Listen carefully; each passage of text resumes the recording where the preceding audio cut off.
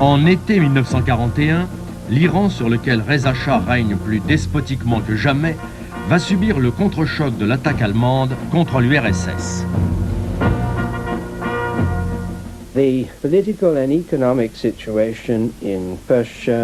La situation politique et économique de l'Iran durant les années 30 et juste avant la Seconde Guerre mondiale s'avérait particulièrement compliquée et délicate. Reza Shah souhaitait développer l'économie de son pays trop précipitamment. Il ne voulait pas être tributaire de prêts étrangers pour réaliser ses projets ambitieux. En conséquence, il avait dû imposer à l'Iran un système de taxation réellement oppressif. Et il entendait ne recourir qu'aux seules ressources de son pays. Malheureusement pour lui, à part le pétrole, les produits iraniens n'étaient guère demandés en Europe. Sauf peut-être par les Russes, partenaires commerciaux traditionnels de l'Iran. Encore le Shah souhaitait-il réduire la dépendance de son pays vis-à-vis de la Russie et s'efforçait-il de multiplier les échanges avec d'autres pays, dont la France, la Grande-Bretagne, le Danemark, celui-ci avait construit le chemin de fer transiranien, la Tchécoslovaquie et la Suède, pays auxquels le Shah achetait de l'armement. Il avait noué des liens politiques tout à fait privilégiés avec l'Allemagne, qui astucieusement accordait à l'Iran des crédits particulièrement généreux. En conséquence, l'Allemagne était devenue de très loin le partenaire commercial le plus important de l'Iran, juste avant la Seconde Guerre mondiale. Il y avait une sympathie non seulement de Reza Shah, mais du peuple iranien envers les Allemands. Parce que dans le passé, ils ont souffert tellement de l'influence des Anglais et des Russes que Reza Shah voulait supprimer l'influence de ces deux pays dans les affaires intérieures de l'Iran. Les nazis en avaient profité pour infiltrer une nuée d'agents en Iran comme coopérants. Reza Shah refusa de les expulser quand Hitler attaqua l'Union soviétique. Or, l'Iran restait l'unique voie reliant encore l'URSS à l'Empire des Indes. Les Anglais soupçonnaient Reza Shah de sympathie pour l'Allemagne et les Russes étaient contre Reza Shah pour sa tendance anticommuniste. Invoquant sa neutralité, Reza Shah refuse tout transit par l'Iran de matériel de guerre destiné à l'URSS. Le 25 août 1941, en vertu d'un accord secret, les Russes déferlent sur l'Iran par le nord, tandis que les Anglais débarquent à Abadan, après avoir coulé sans sommation les avisos iraniens défendant le port. Les envahisseurs feront leur jonction à Téhéran.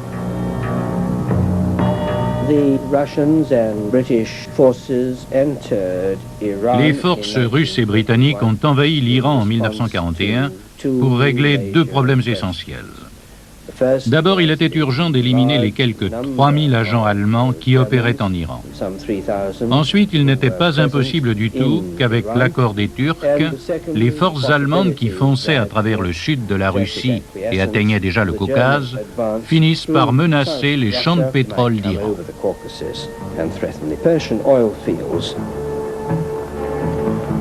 Les agents nazis qui n'ont pu fuir en Turquie seront tous capturés et internés en Afrique du Sud.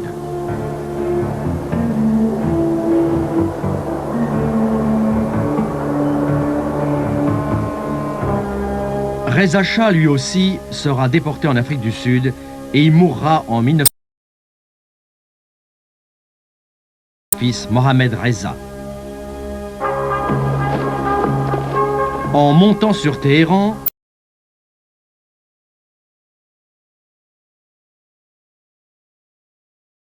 les techniciens anglais. La production tombée à 6,5 millions de tonnes en 1941 reprend intensivement. Elle triplera avant la fin de la guerre et une raffinerie spécialisée dans le carburant pour avions sera même construite à Abadan. Les Anglais versent à l'Iran les redevances prévues, mais calculées sur les bases d'avant la guerre, ce qui suscite la fureur croissante des Iraniens.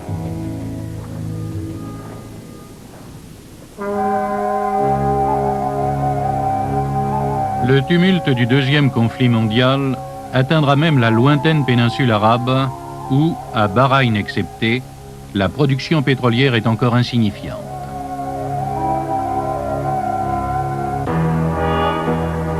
En octobre 1941, 4 bombardiers italiens partis de Rhodes attaquent de nuit les installations pétrolières anglaises de Bahreïn. Il s'agit de prouver qu'aucun pays, allié à l'Angleterre, n'est à l'abri des représailles de l'Axe. Égaré, l'un des avions lâche par erreur ses bombes sur les installations de l'Aramco en Arabie Saoudite. Les dégâts sont insignifiants, mais l'effet psychologique est considérable. Ça a paniqué les Américains qui travaillaient là, à tel point qu'ils ont immédiatement exigé que leurs femmes et leurs enfants soient évacués. Ce raid a paniqué également les Anglais, et aussi les Saoudiens. La production dans la région a été quasi totalement stoppée. Les conséquences de ce raid italien ont été particulièrement importantes en ce qui concerne le roi Ibn Saoud d'Arabie Saoudite. Celui-ci avait acquis des habitudes dispendieuses, il aimait les femmes, il vivait au milieu d'un luxe fastueux qu'il pouvait s'offrir grâce aux redevances que l'Aramco lui versait pour son pétrole. C'était même pratiquement sa seule source de revenus, si l'on accepte le tribut que lui payaient les pèlerins venant à la Mecque. Mais la guerre avait considérablement réduit le nombre des pèlerinages, faute de possibilité de voyager. Et le roi n'avait plus aucune autre source de revenus que le pétrole. Quand sa production pétrolière tomba à zéro en Arabie Saoudite, l'Aramco refusa de continuer à payer Ibn Saoud.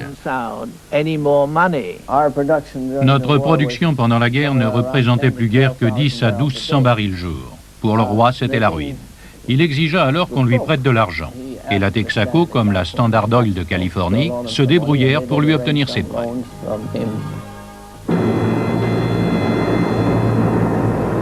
Le 11 décembre 1941 éclate le coup de tonnerre de Pearl Harbor. Sans déclaration de guerre, les Japonais anéantissent en quelques heures la plus grande base aéronavale américaine du Pacifique. Le président Roosevelt déclare la guerre à l'Allemagne et à l'Italie. Le conflit devient planétaire. Les besoins en carburant des centaines de milliers d'engins qui s'affrontent sur tous les théâtres d'opération vont s'accroître monstrueusement.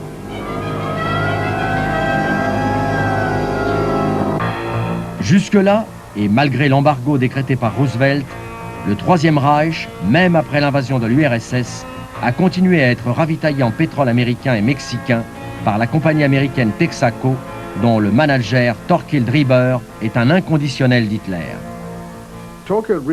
Thorkild Rieber était une sorte de pirate qui considérait que blocus et embargo ne le concernaient d'aucune façon.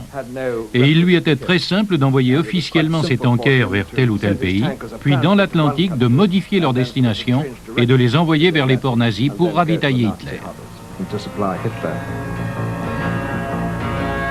C'est via les ports de pays neutres comme l'Espagne ou la Suède que Thorkild Rieber achemine des flots d'essence destinés à la Luftwaffe. Pour camoufler ses profits inavouables aux autorités américaines, il troque son carburant contre 3 pétroliers allemands ancrés à Hambourg.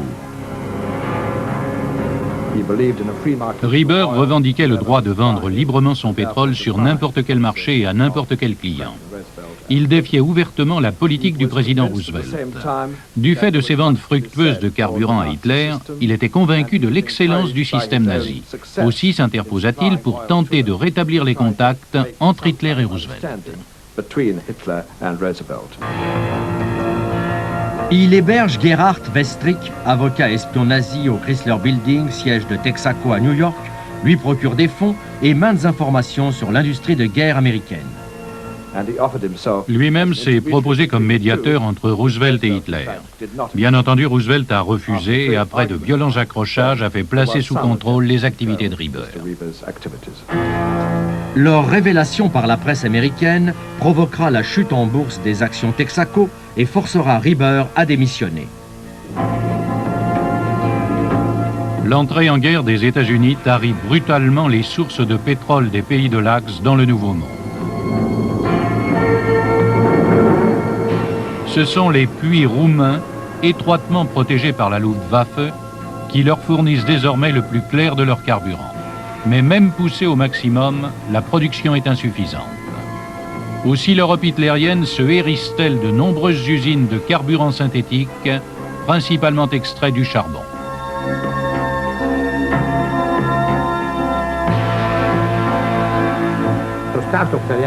Quant à l'État italien, Il avait confisqué tous les réseaux de distribution, de production et de raffinage des compagnies pétrolières américaines et anglaises.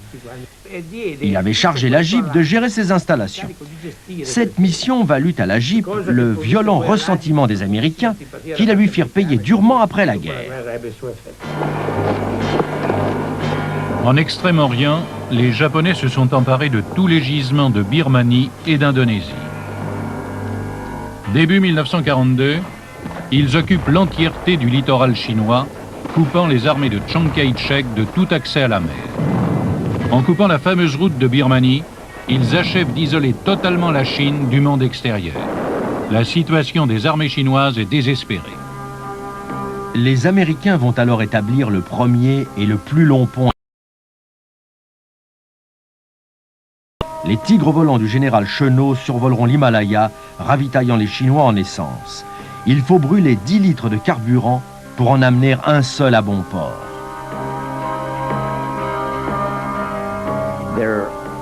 Il y avait de l'essence disponible à Bahreïn.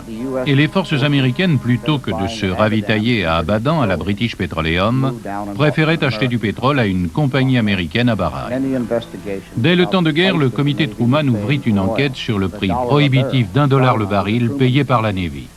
Cette enquête fut poursuivie par le sénateur Brewster du Maine, mais elle n'aboutit à rien. On ne put prouver qu'il y avait eu tromperie sur les prix.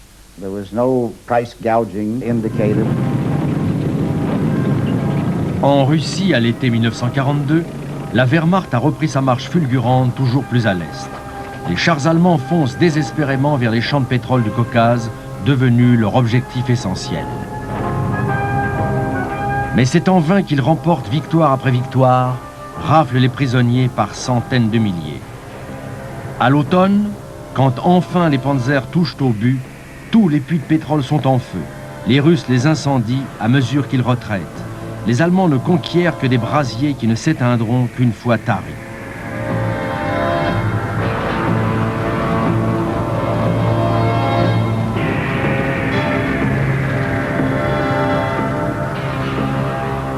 Les flots de pétrole qui inondent le sol ne profiteront qu'à quelques paysans russes.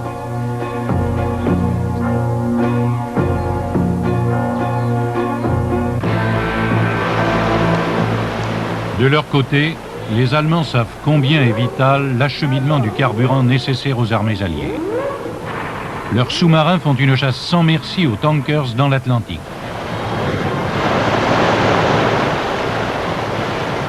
En 1939, le Reich alignait 60 submersibles. En 5 ans, il en mettra 1113 en service. 603 seront coulés, 123 détruits au mouillage.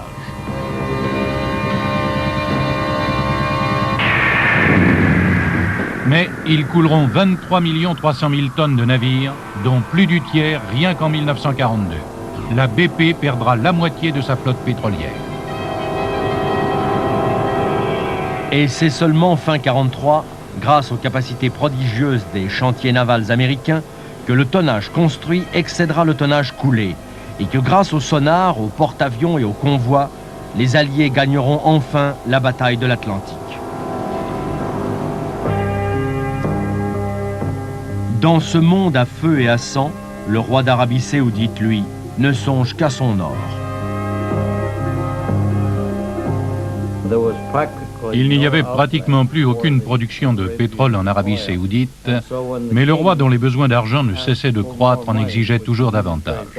Et l'Aramco était réellement incapable de faire face à ces demandes, pour la simple raison qu'elle-même ne gagnait plus rien. Les Britanniques réalisèrent les premiers à quel point il était indispensable de garder les Saoudiens et Ibn Saoud dans le camp allié jusqu'à la fin de la guerre. Churchill fit pression sur Roosevelt pour que l'Arabie saoudite, bien qu'elle ne prenne aucune part à la guerre, puisse bénéficier du plan pré-bail. Le gouvernement des États-Unis commençait à redouter une éventuelle pénurie de pétrole. Il ne voulait pas que la Grande-Bretagne puisse prendre après-guerre le contrôle d'une part importante des gisements du Moyen-Orient. Aussi se laissa-t-il convaincre par les compagnies américaines intéressées de venir en aide à l'Arabie saoudite. Le gouvernement britannique donna une partie des subsides, le gouvernement des États-Unis donna le reste. L'Aramco avait attiré l'attention du département d'État sur la richesse probable de l'Arabie saoudite en pétrole. En 1943, un célèbre géologue américain signala qu'il y existait de fabuleuses réserves, 20 milliards de barils environ. L'Aramco fit une excellente affaire. Jusqu'à la fin de la guerre, c'est le gouvernement des États-Unis qui paya à sa place les redevances exigées par INSEAD. En contrepartie, l'administration fédérale américaine escomptait bien obtenir dans l'Aramco une participation analogue à celle que le gouvernement anglais possédait dans l'Anglo-Iranian Oil Company. C'était devenu l'obsession du secrétaire d'État Ickes. En 1944, en effet, les réserves pétrolières des États-Unis donnaient des signes d'épuisement. Elles avaient fourni l'essentiel des approvisionnements de guerre, et Ickes en était conscient. Sacrifions un peu du plaisir de conduire ou de nous chauffer au profit du pays. Économisons le pétrole pour nos navires de guerre. En coopérant, nous en épargnerons des quantités appréciables, tant pour notre défense nationale que pour nos porte-monnaies. Ickes estimait sincèrement que quelque chose d'aussi essentiel que le pétrole devait être totalement géré par le gouvernement. Et il fit tout pour que le gouvernement prenne le contrôle absolu de la situation. Il créa un office des réserves pétrolières qui avait mission d'acquérir des parts de concession pour le compte du gouvernement des États-Unis. M. Ickes était particulièrement désireux de prendre un contrôle sur les gisements du Moyen-Orient. Ils étaient vitaux pour les États-Unis.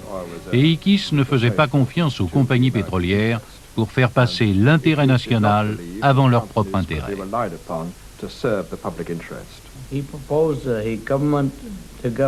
Il proposa au gouvernement un accord avec les Britanniques. Les deux gouvernements décideraient en commun où explorer et fixeraient ensemble un tas de choses, notamment les prix.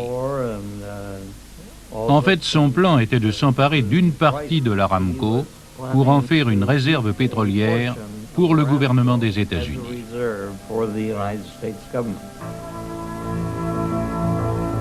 Bien qu'elle n'ait sauvé ses concessions en Arabie saoudite que grâce au fonds du gouvernement américain, l'Aramco refuse cyniquement à Ickes toute participation fédérale dans son capital. Il a échoué du fait de la répulsion des Américains pour toute immixtion de l'État dans leurs affaires et à cause de la puissance des compagnies pétrolières qui disposaient d'énormes appuis politiques. Au Congrès, en effet, un lobby pétrolier mené par le sénateur Sam Rayburn et par le futur président Lyndon Johnson torpille tout projet de contrôle de l'État sur l'Aramco. Toutes les sociétés pétrolières ont fait bloc contre la menace pesant sur l'une d'elles. Fondamentalement, elles n'ont jamais toléré d'avoir l'État pour partenaire. Le plan d'Ickes n'avait aucune chance d'aboutir compte tenu de l'état d'esprit de l'opinion américaine. Sitôt la guerre finie, les compagnies pétrolières ont repris l'entier contrôle de leurs activités.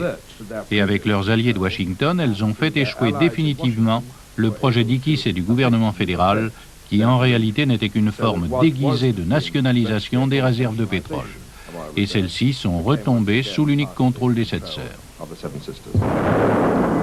Loin de ces intrigues américaines, la guerre continue à faire rage en Europe. Début 1943, les puits roumains de Ploesti, seule source importante de pétrole dont dispose encore le Troisième Reich, sont enfin à portée des nouveaux bombardiers lourds alliés.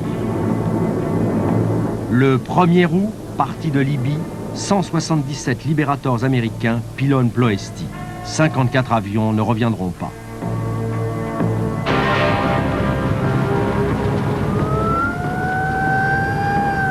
Le 5, le 15, le 24 avril 1944, 3 nouveaux raids menés conjointement par la RAF et l'US Air Force achèvent le travail au prix de pertes effroyables. 3000 navigants et 300 bombardiers perdus.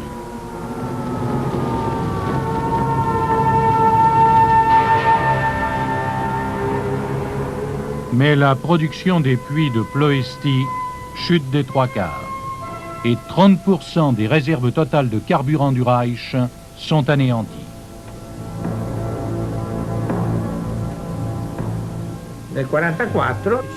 En 1944, un premier gisement important de gaz naturel a été découvert en Italie. L'Italie était coupée en deux et la guerre touchait à sa fin. Les géologues qui avaient effectué la prospection ont refermé le puits sans en parler à personne.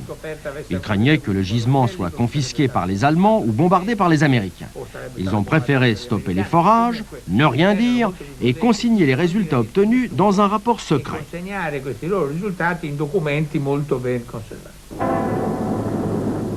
Printemps 1944. Durant 2 mois, en prologue au débarquement, des milliers d'avions alliés écrasent méthodiquement dépôts de carburant et lignes de communication de la Wehrmacht en France, tandis que la résistance sabote les voies ferrées et plus de 800 ponts et ouvrages larges. La marée d'engins qui déferle le 6 juin sur les plages normandes dévore des farantes quantités d'essence dont il faut éviter d'encombrer les navires de débarquement.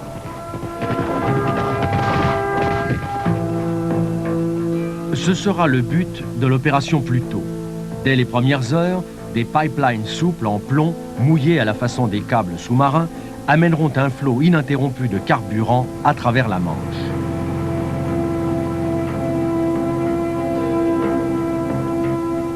Sitôt les premiers ports conquis, d'énormes tambours flottants halés par des remorqueurs dévideront depuis les côtes anglaises des oléoducs d'acier flexible longs de 120 km. Les premiers relieront l'île de Wight à Cherbourg. Mais bientôt, 22 pipelines, 6 aboutissant à Cherbourg et 16 à Boulogne, débiteront chaque jour 5 millions de litres d'essence. Sur la côte anglaise, le quartier général de l'opération Pluto régule les stations de pompage installées à Dungeness et camouflées en paisibles cottages.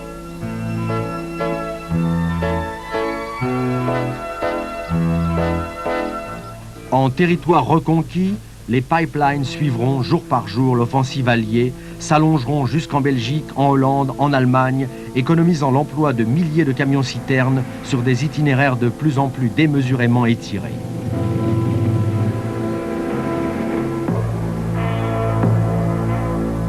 L'Allemagne, elle, est à bout de carburant. Elle va brûler ses ultimes réserves dans la contre-offensive désespérée que le maréchal von Rundstedt lance à travers les Ardennes en décembre 1944, profitant du brouillard qui cloue au sol les avions alliés. Son premier objectif est Anvers. Le grand port belge intact regorge d'essence. Von Rundstedt sera prêt de réussir sa percée. Ses panzers, réservoirs à sec, seront stoppés sur la Meuse à quelques kilomètres d'un énorme dépôt d'essence américain. La résistance de Bastogne, le retour du ciel clair, scelleront le sort de son offensive. Le Troisième Reich agonise. À l'est, les divisions blindées soviétiques foncent à travers son territoire. Une noria de trains de carburant suit leur ruée victorieuse. L'essence vient des puits russes, mais aussi d'Iran et même des États-Unis, via le port d'Arkhangelsk. Le 1er mai 1945, Berlin tombe, l'Allemagne...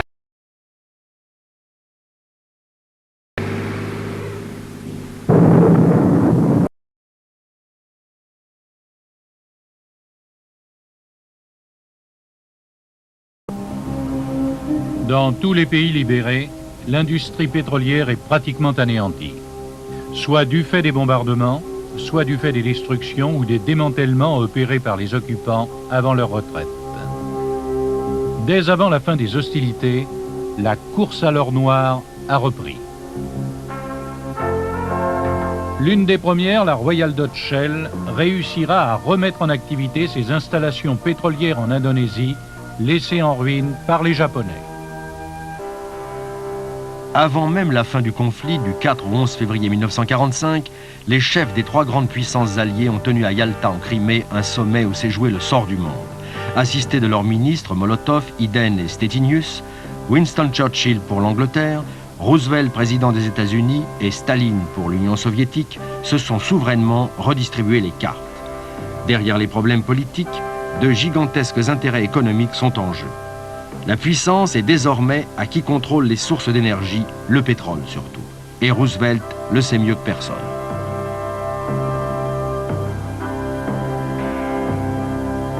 Les lobbies pétroliers ont développé à Washington un intérêt pour l'Arabie saoudite, en sorte que, après la conférence de Yalta, en février 1945, le président Roosevelt charge son agent diplomatique à Jeddah d'organiser une rencontre entre lui-même et le roi Abdulaziz. Le président Roosevelt, qui rentrait de Yalta sur un cuirassé, avait arrêté ce cuirassé sur le lac Amer, dans le canal de Suez, et avait envoyé un torpilleur, le Murphy, pour prendre le roi Abdulaziz, qui est monté à bord avec une suite de 40 personnes, très colorées, avec 8 chèvres, et on a eu beaucoup de difficultés à lui expliquer qu'il était impensable de mettre un harem sur un bâtiment de la marine de guerre américaine.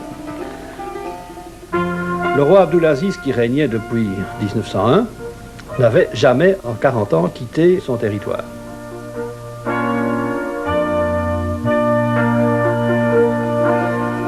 Le premier contact est assez amusant. Le président Roosevelt dit au roi Abdulaziz « Que puis-je pour vous ?» Et le roi Abdulaziz lui répond « Mais si vous m'avez demandé de venir, c'est que c'est moi qui puis quelque chose pour vous. Qu'attendez-vous de moi ?»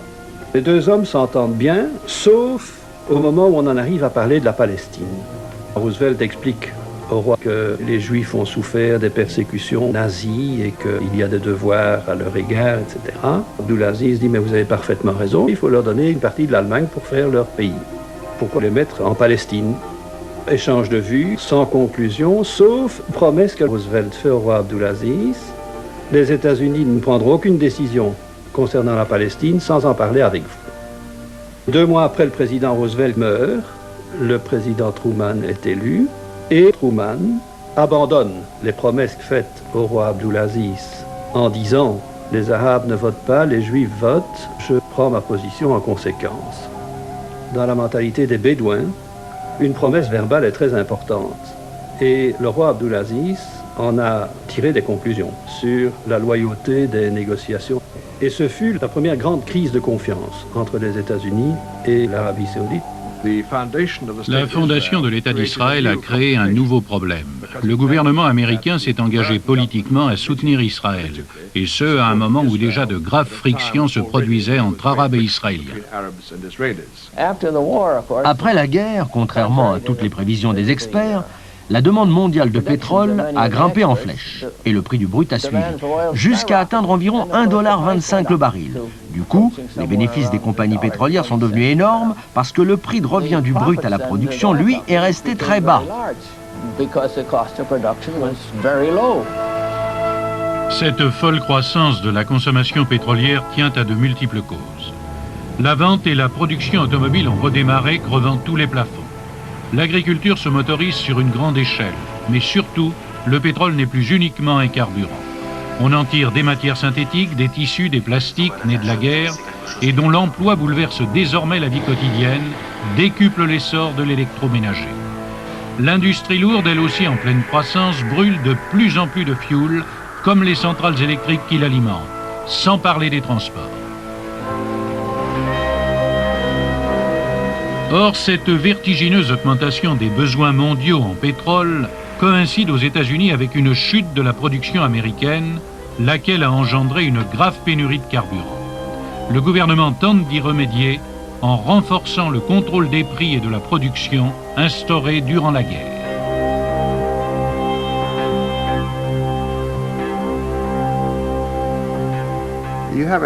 Dans ce pays, il y a eu perpétuellement des batailles entre les partisans du laisser-faire et les gens de l'administration qui voulaient tout contrôler. Dès 1944, le secrétaire d'État Ickes, plus que jamais hanté par l'obsession de constituer des réserves stratégiques de pétrole pour couvrir les besoins futurs des États-Unis, lance une nouvelle offensive en direction de l'Aramco. Le gouvernement américain était si anxieux d'obtenir une participation dans les gisements de l'Aramco en Arabie saoudite que le secrétaire d'État Ickes fit cette offre aux 2 sociétés qui constituaient l'Aramco. Elles avaient besoin d'un pipeline pour acheminer leur pétrole à travers le désert de l'Arabie saoudite à la Méditerranée, où il pourrait être embarqué à destination des États-Unis. Elles étaient incapables de se payer ce pipeline baptisé la TAP Line. Ickes leur proposa de persuader le gouvernement américain d'en financer totalement la construction, à condition qu'en échange, le gouvernement fédéral reçoive une part du capital et des profits de l'Aramco. Mais les deux sociétés mères américaines refusèrent net, sachant qu'un tel marché impliquait une inévitable prise de contrôle du gouvernement sur leurs affaires. La richesse des gisements du Moyen-Orient se confirmait, et ces deux compagnies tenaient à les garder pour elles seules. Trop pressé, Ickes a prélevé l'acier des tubes de la Tapline sur les stocks de guerre.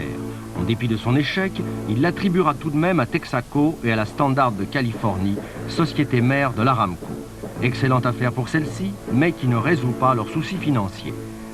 Elles avaient découvert dans le Haza, province orientale de l'Arabie Saoudite, d'immenses gisements qui, comme vous le savez, débitent encore à outrance.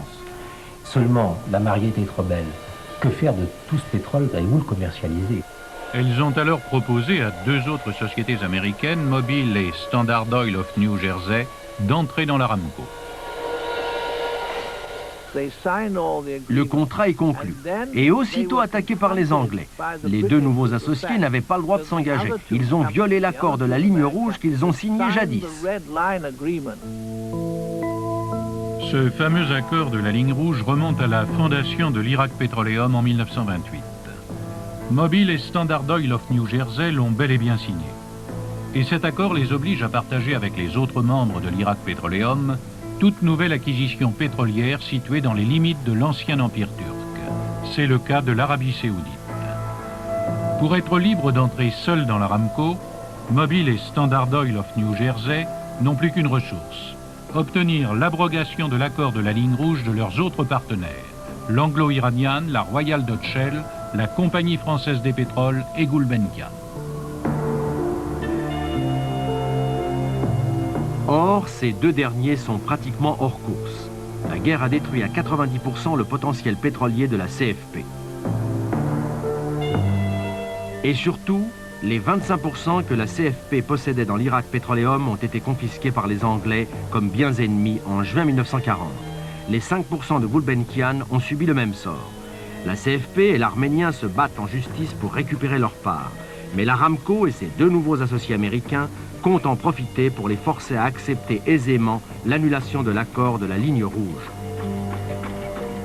Ils se sont dit, la CFP est KO, puisqu'elle a été occupée, petite société, remontera-t-elle jamais sur la scène? Quant aux autres partenaires de l'IPC, on va les désintéresser.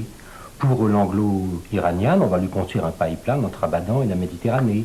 Pour la Royal Dutch Shell, toujours à court de pétrole, on promettra du brut à de très bonnes conditions.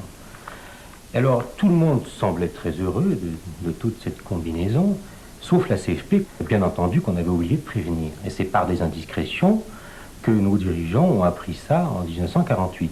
L'éviction de la CFP avait également visé Gulbenkian, du fait que Gulbenkian se trouvait à Vichy pendant une partie de la guerre. Alliés, la CFP et Gulbenkian finissent par obtenir restitution de leur part dans l'Iraq Petroleum après une série de procès devant les tribunaux internationaux.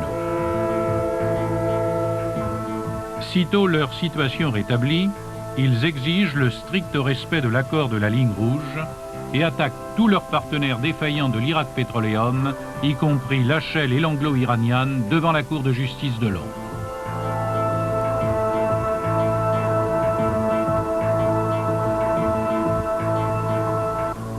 Mobil et la Standard Oil of New Jersey risquent de payer très cher leur entrée dans l'Aramco, comme la Shell et l'Anglo-Iranian qui ont indûment consenti. C'est l'impasse.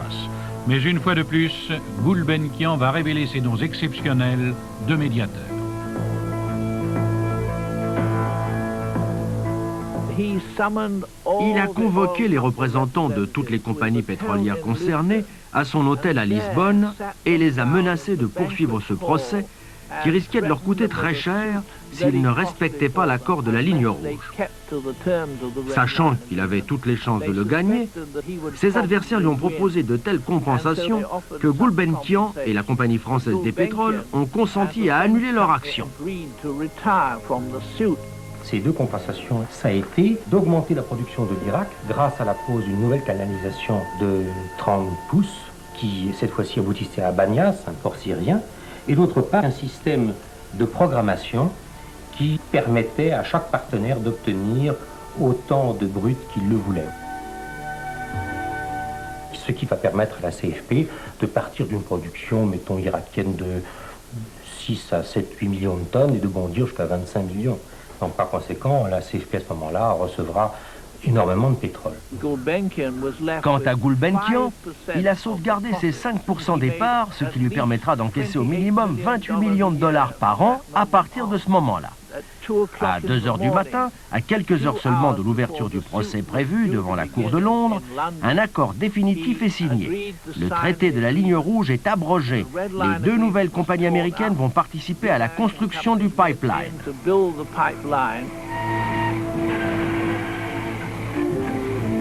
Depuis janvier, l'Aramco a entamé la construction de la TAP Line, le Trans-Arabian Pipeline.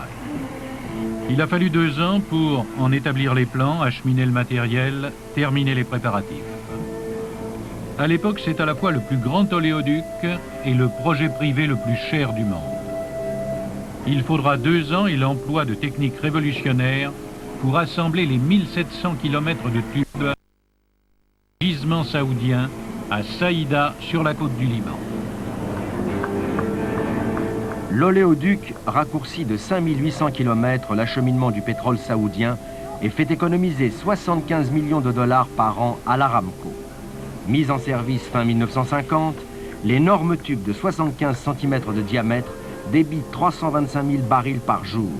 En mai 1954, la production de l'Aramco dépassera le 1 million de barils quotidiens, 45 fois ce qu'elle était 10 ans plus tôt.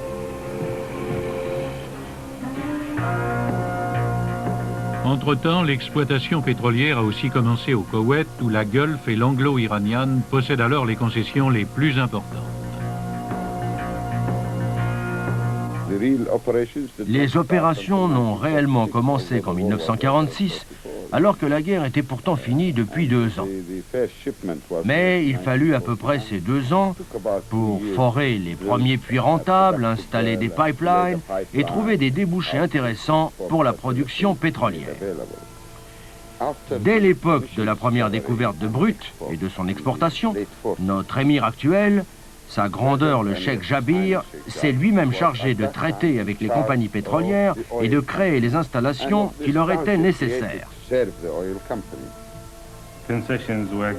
Des concessions ont été accordées aux grandes compagnies pétrolières pour une durée de 199 ans au Koweït.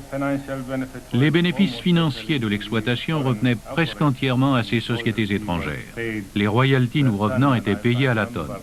Et j'ai découvert qu'elles représentaient alors 1 shilling par tonne de brut produite au Koweït. C'était les grandes compagnies pétrolières qui imposaient leurs conditions. Pourquoi? Parce qu'on était dans un marché d'acheteurs, dans un marché où les quantités de pétrole déversées sur ce marché étaient plus grandes que les quantités dont le marché avait besoin, et c'était les acheteurs qui déterminaient le prix. Aussi, en 1950, le gouvernement du Koweït se dota d'un ministère des Affaires pétrolières qui mit en vigueur des plans pour l'emploi et la formation des citoyens koweïtis et des ressortissants arabes en général. Il fit clairement comprendre aux compagnies étrangères qu'elles étaient là uniquement pour assurer un travail technique en tant que société industrielle et qu'elles n'avaient pas à interférer dans la politique locale. Dans maints pays producteurs de pétrole, on laissait le soin aux compagnies pétrolières de construire les routes, les centrales électriques et tout le reste. Au Koweït, c'est le gouvernement qui, d'emblée, a pris en charge toutes ces activités.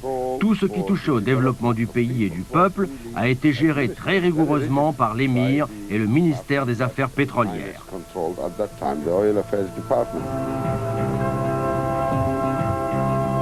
Le cheikh Ahmad Al-Jabir va prendre aussi ses distances avec les grandes compagnies dans le sud du pays. En 1932, pour éviter des frictions à propos de frontières très imprécises, les Anglais ont créé une zone tampon entre le Koweït et l'Arabie saoudite. Après-guerre, cette zone sera administrée conjointement par les 2 pays qui s'en partagent les revenus pétroliers moitié-moitié. En 1948, obligé de se restructurer pour accueillir Mobil et la Standard Oil of New Jersey, ses nouveaux membres, l'Aramco renonce à ses droits sur la zone neutre.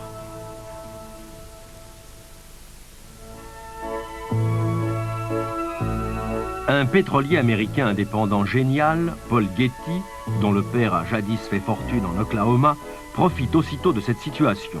Jusque-là, il n'a pu prendre pied dans les pays arabes, chasse gardée de l'Aramco et de l'Iraq Petroleum. Je suis intelligent, j'aime réfléchir. Bien sûr, je connais d'autres gens aussi, et même plus intelligents que moi. J'ai de l'imagination, j'aime réfléchir. Cela dit, j'ai des amis qui ont autant d'imagination, sinon plus. Pour le reste, ça m'ennuie de penser que ma compagnie doit plutôt engendrer la morosité.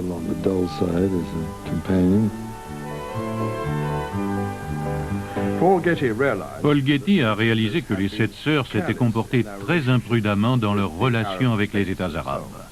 Il s'est rendu compte qu'il lui était possible de s'introduire dans les pays du Golfe et d'y proposer des arrangements beaucoup plus attractifs. Cette habileté à s'entendre directement avec les pays producteurs et à leur faire accepter ses propres contrats a permis à Getty de s'infiltrer sur le marché arabe.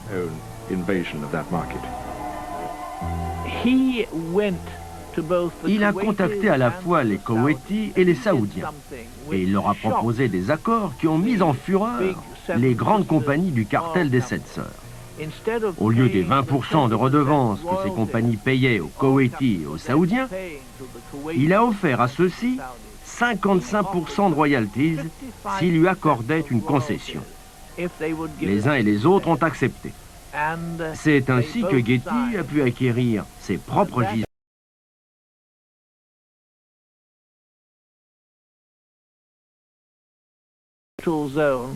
Gettysville, as he called it later on. Ville un peu plus tard. Sessions in the neutral zone, Gettysville, as he called it later on.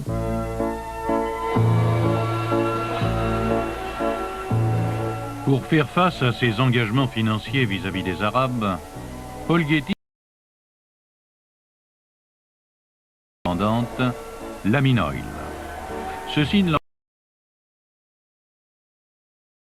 du monde.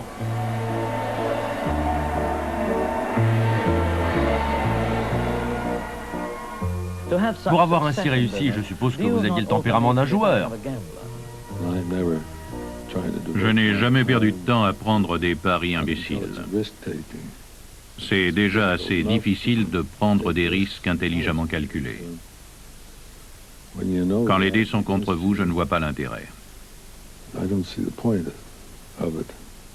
Et si vous jouiez? J'achèterai un casino. Dans la brèche ouverte par Getty et surenchérissant sur ses offres, les Japonais à leur tour obtiendront des concessions en zone neutre. Les Japonais sont arrivés dans les années 50. Une mission a négocié avec le gouvernement koweïtien, une autre négociait séparément avec l'Arabie saoudite. Mais il s'agissait d'une seule et même opération.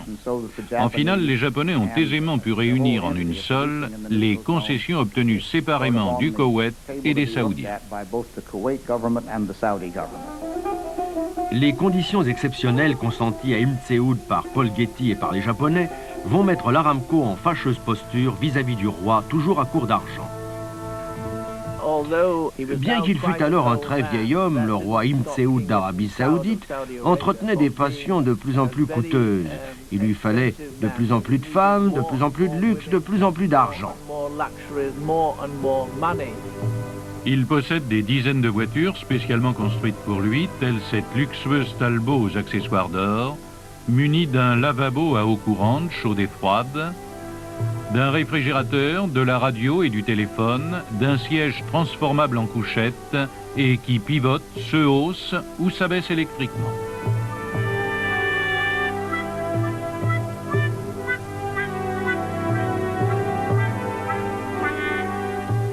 Le roi Ibn Saoud trouve dérisoire les 20% de redevances que lui paie l'Aramco, comparé aux 55% que lui accordent Getty et les Japonais. Il s'estime gravement spolié. Les redevances payées à son gouvernement s'étaient dévalorisées. Elles ne représentaient plus que 5% des profits de l'Aramco. Rien d'étonnant que les Saoudiens se soient montrés mécontents d'un partage apparemment aussi malhonnête des profits.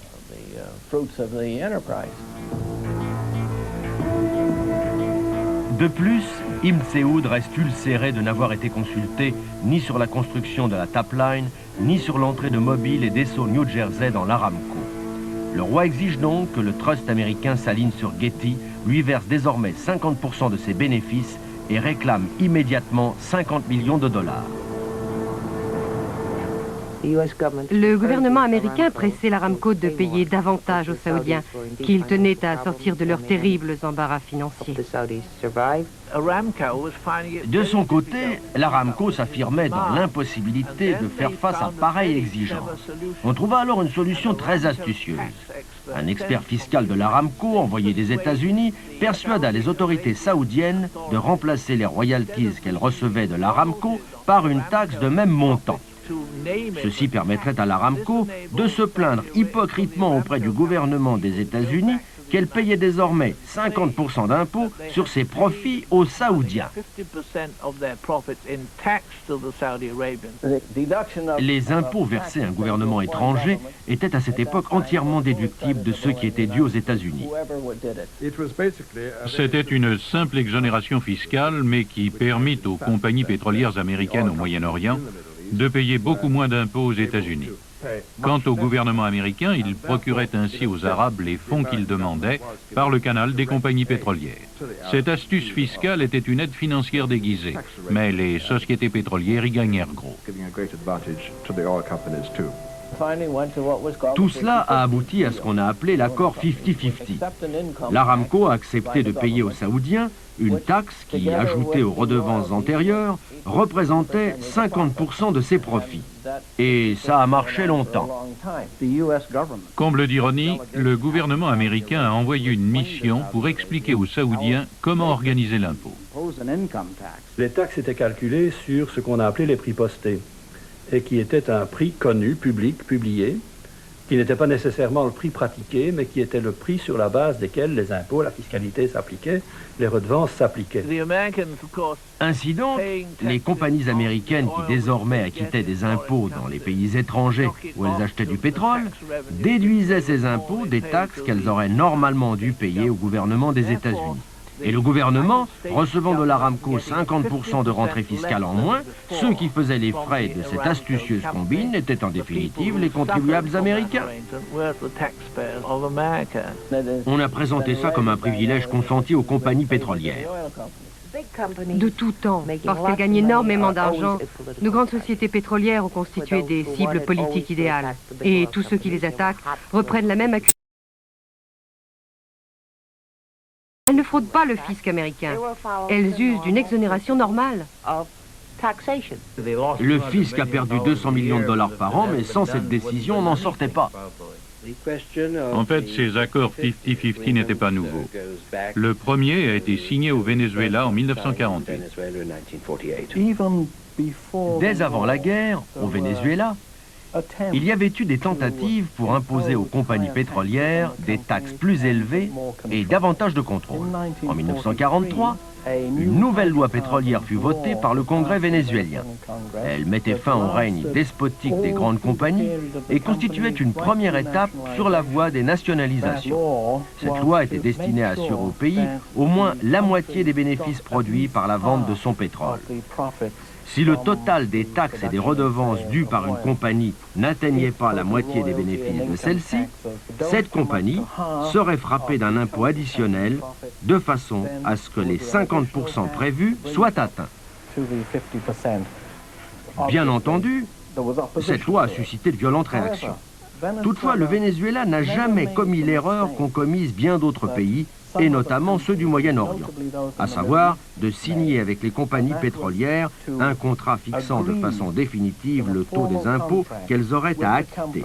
Le Venezuela s'est toujours réservé la liberté de changer par une simple loi le montant des taxes dues, de les élever ou de les abaisser à sa guise. Et ceci a tout naturellement eu de grandes répercussions au Moyen-Orient.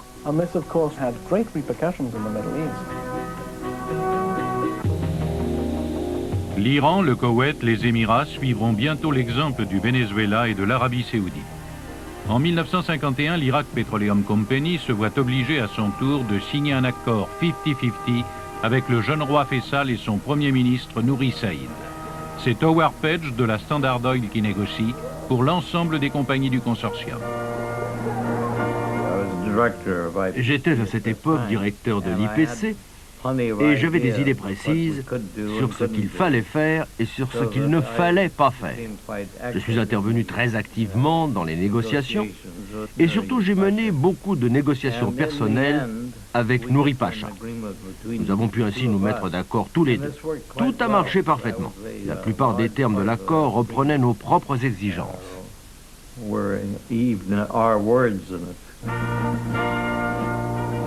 Cette trop grande habileté de Howard Page coûtera bientôt la vie à Nouri Saïd et au roi Faisal.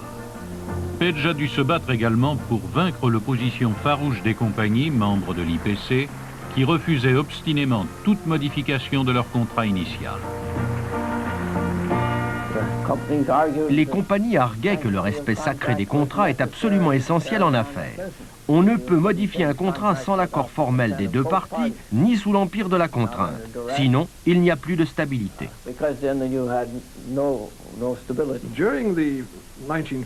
Durant les années 50 et 60, la puissance des 7 plus grandes compagnies pétrolières est quasi illimitée.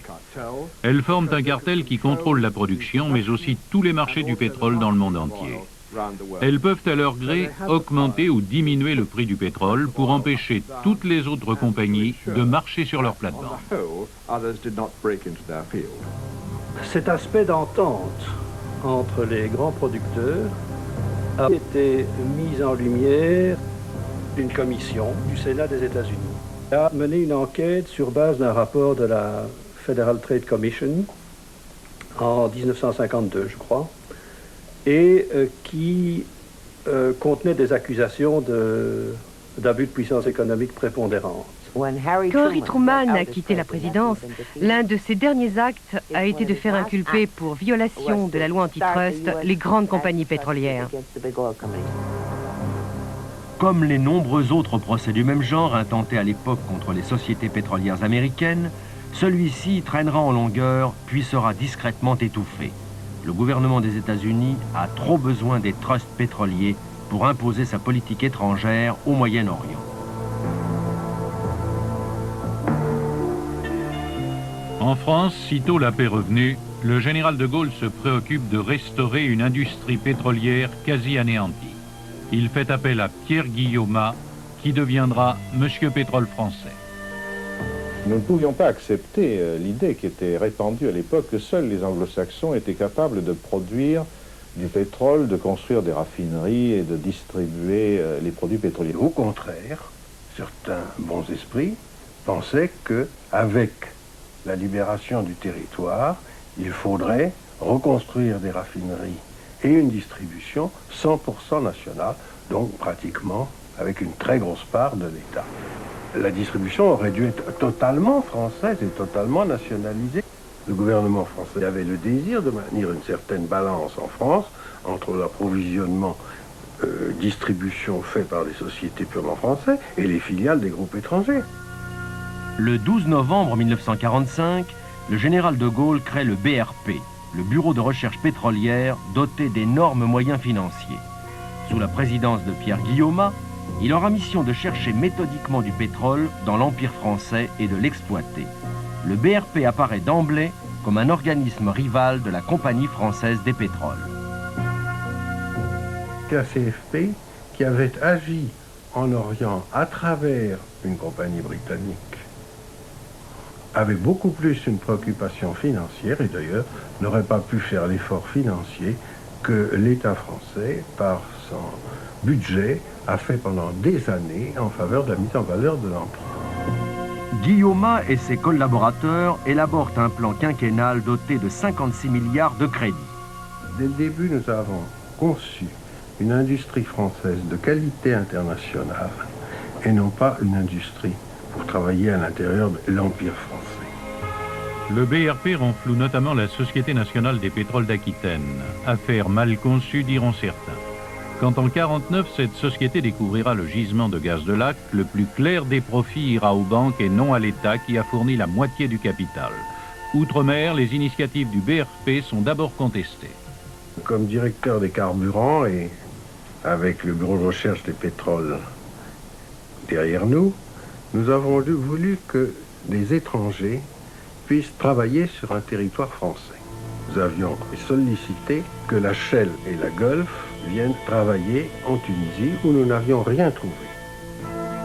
La Gulf et Shell exigent 42% des gisements et le droit de les exploiter à leur seul profit.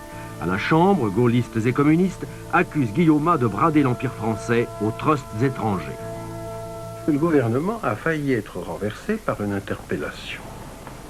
M. Robert Schuman nous a magnifiquement défendus au Sénat, mais j'en ai gardé des bleus. Après cette bagarre-là, on a pu amener Esso en France, et c'est comme ça que Parentis a été découvert, vraisemblablement quelques années avant que des techniques purement françaises n'eussent pu le découvrir. C'est le 24 mars 1954 qu'Esso Rep, filiale française d'Exxon, fait jaillir du pétrole sur les bords du lac de Parentis. Ce succès a un énorme retentissement, mais restera limité. Dès 1948, le BRP a constitué en Algérie une filiale, la SN Repal. Celle-ci s'associe à la Compagnie française des pétroles. Elle va financer une prospection systématique du sud saharien. Les premiers rapports sont favorables. C'est l'électronique développée pendant les campagnes de Montgomery-Rommel en Libye que nous avons trouvé après la guerre, qui nous ont permis aussi bien d'avoir des véhicules qui pouvaient aller dans le sable que des repérages tout à fait précis grâce à des systèmes d'électronique nouveaux.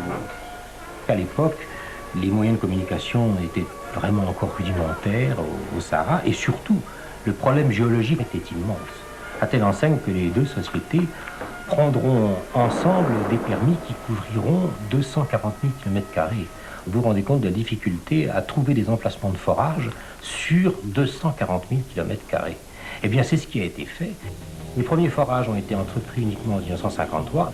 La Compagnie française des pétroles a créé à ce moment-là une filiale, la Compagnie française des pétroles Algérie.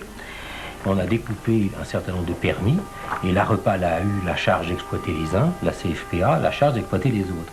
Très peu de temps après, ça a été les découvertes d'Assirmel pour le gaz dans la partie ouest du Sahara et Assimé Saoud dans la partie est de la découverte de pétrole. La rébellion algérienne, dont l'explosion coïncide avec les premières découvertes, va bientôt priver la France de ce providentiel empire pétrolier. Dans quelles étranges circonstances, c'est ce que vous dira